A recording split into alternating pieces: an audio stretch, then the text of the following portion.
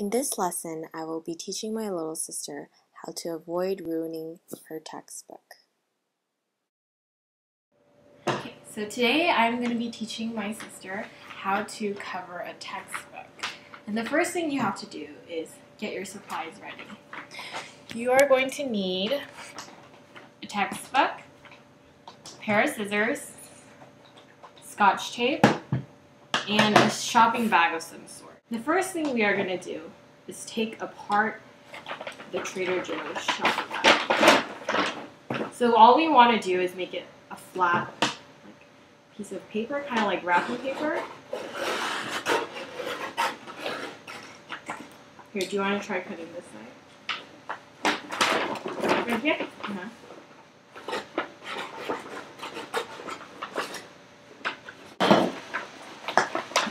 The next thing you want to do is put the book in the middle of the paper with the binding, like this, in the middle. And then you just want to, it's kind of like wrapping a present. You just want to fold it over like this. Get it? Now what you want to do is crease it. So try creasing it. Yep. Yeah. You see how there's a whole bunch of paper left? Mm-hmm. Cut the excess. You want to leave maybe about 4 inches. So maybe 3-4 inches. Cut it straight line.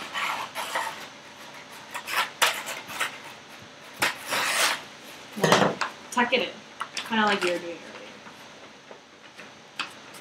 earlier. Okay, perfect. Flip it over, and then do the same on the other side. Flip the book over. You want to crease it, just like you did earlier. Do you kind of know what to do? Mm-hmm. What do you do next? And then you cut, leaving 4 inches. So 3 to 4 inches. You can just eyeball it.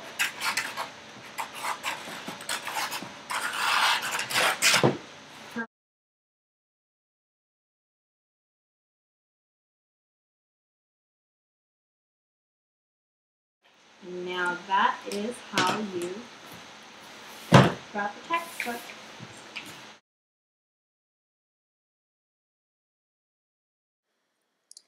The learning objective of the following lesson is, by the end of the lesson, the student or students will be able to cover a textbook using scissors, tape, and a paper bag in under 10 minutes. So today I'm going to be teaching my sister how to cover a textbook. And she was actually the same student I worked with for my previous lesson. So, Michelle, do you remember me teaching you how to cover a book a couple weeks ago? Okay. Do you remember the 4 steps? I remember. Just from the top of your head, it's okay. You like cut the bag so it's flat, and then you do you fold it so it's like a present. Yeah, like wrapping a present. That's what I said. Okay. Well, to make things easier, just remember the 4 steps: cut, fold, tape, and cut. Say it with me. Cut, fold, tape, and cut. And yeah, I just wanted to let you know that there's no single correct way of covering a textbook. As long as your textbook's covered, that's fine. But this is just one way to do it. So here, grab your paper bag. So make sure you have all your supplies ready. So you have your paper bag, scissors. Do you have a pair of scissors? Yes. Yeah, right here. Tape and a textbook. The first thing, do you remember what I told you to do? You cut it so it's flat. So open the paper bag first and cut along these lines. Do you remember that? Mm-hmm.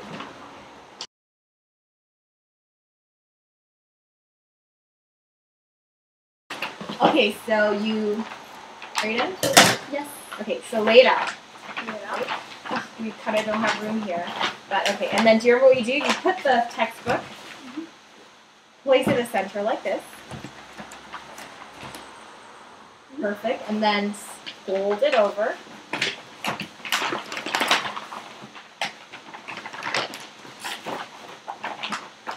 Okay. And then crease like this. Do you remember what we're supposed to do next? You lift the cover and then you fold it.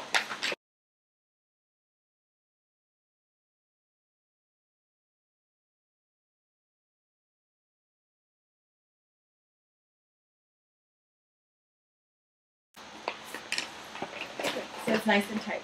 Good job getting it nice and tight. Okay. So, do you remember what you do next? You fold it kind of like a present. Oh, okay. So you fold like little triangles. Sorry.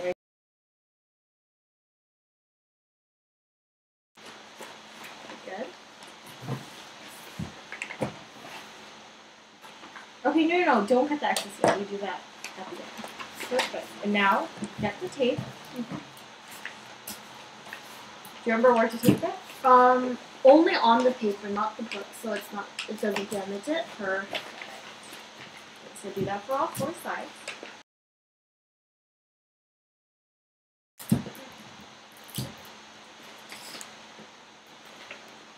Last thing you want to do is cut the excess on the binding.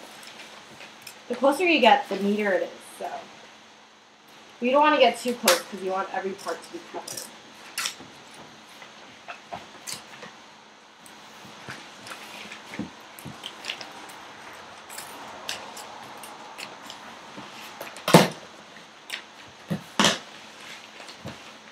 Perfect. So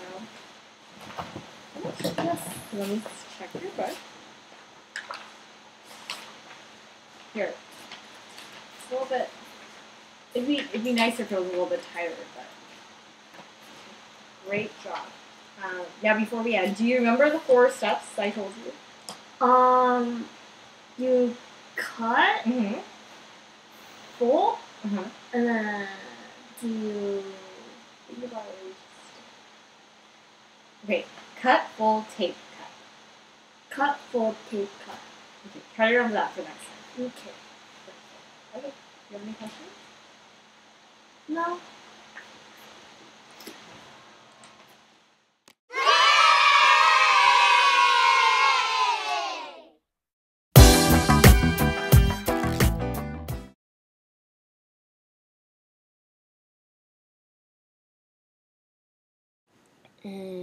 How did I feel about my original video?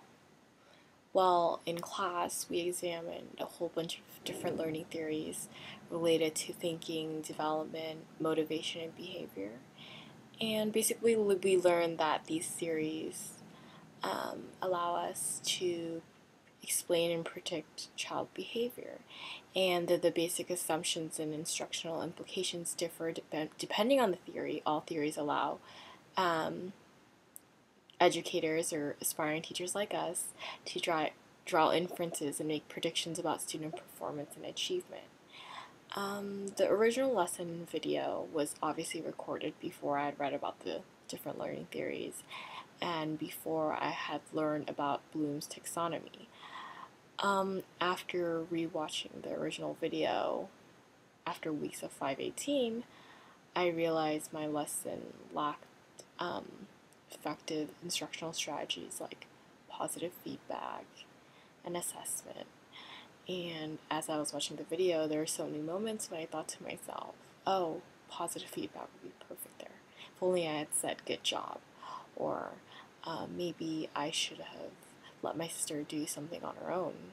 Or I could have connected it to something she knew. Or just something like that. And I also realized that my objective, well, I didn't even realize it was an objective when I was saying it, but I didn't have an assessment. But one good thing that I did notice was I had implemented the social cognitive theory in my lesson. I was modeling, and I didn't even know it, so I was kind of excited about that.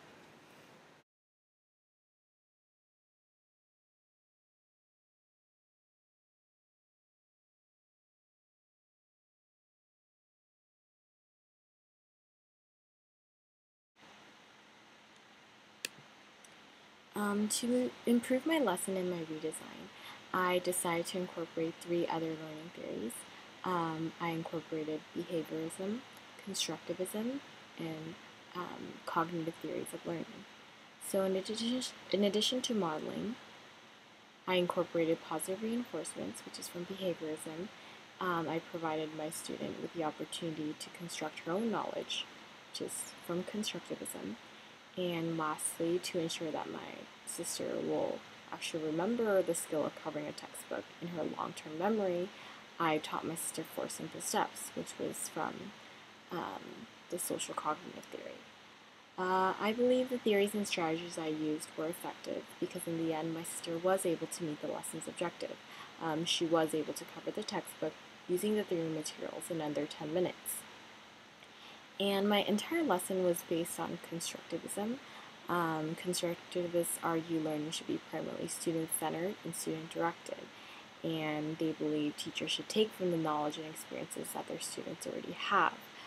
For my lesson, I tried to follow this approach, and though the majority of my lesson did involve modeling, I tried to begin each step by asking my sister to try and remember what she learned from our original lesson video. And as I mentioned, I tried to incorporate praise. It's actually kind of funny because after the video was over, my sister asked me why I was being so nice.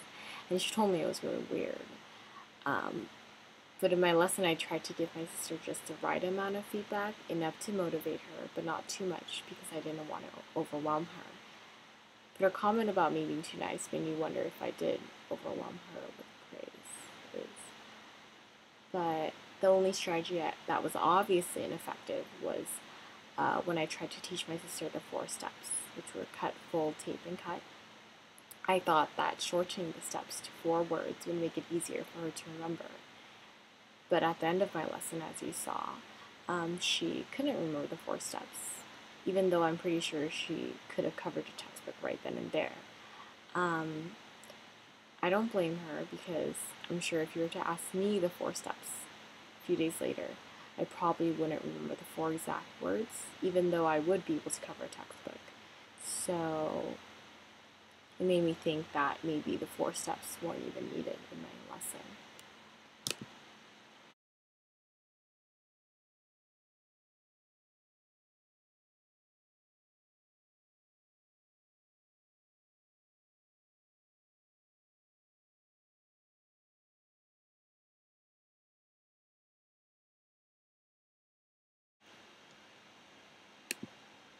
According to the cognitive theory, lessons that my students find interesting will be more likely to keep students on task. Of course, my sister had to be on task for the entire lesson because it was being recorded, but afterwards she made me go to the market to buy her some ice cream. Behaviorists will argue that the use of rewards is good because rewards are likely to maximize desired behaviors, but I saw this as a sign that my sister did not find my lesson to be very interesting. Because if she had thought it was fun, she probably wouldn't have demanded that I buy her ice cream. And there was also a moment in my lesson where I received a text message. Cognitive theorists also argue that attention is a critical factor because a child's attention span is limited. To minimize the effects of possible distractions, I should have made sure to put everything away, especially my phone, that could possibly distract us. Lastly, I could have used another instructional strategy that could have helped my sister actually remember the 4 steps of covering a textbook. I could have used special memory tricks or mnemonics, or I could have created some kind of visual, maybe a poster with the 4 steps, or even created like some kind of take home, not a worksheet, but a piece of paper with the 4 steps on it. Or, as I mentioned earlier, I could have gotten rid of the 4 steps altogether because I don't think covering a textbook requires you to remember these 4 specific words. And that concludes my final video project.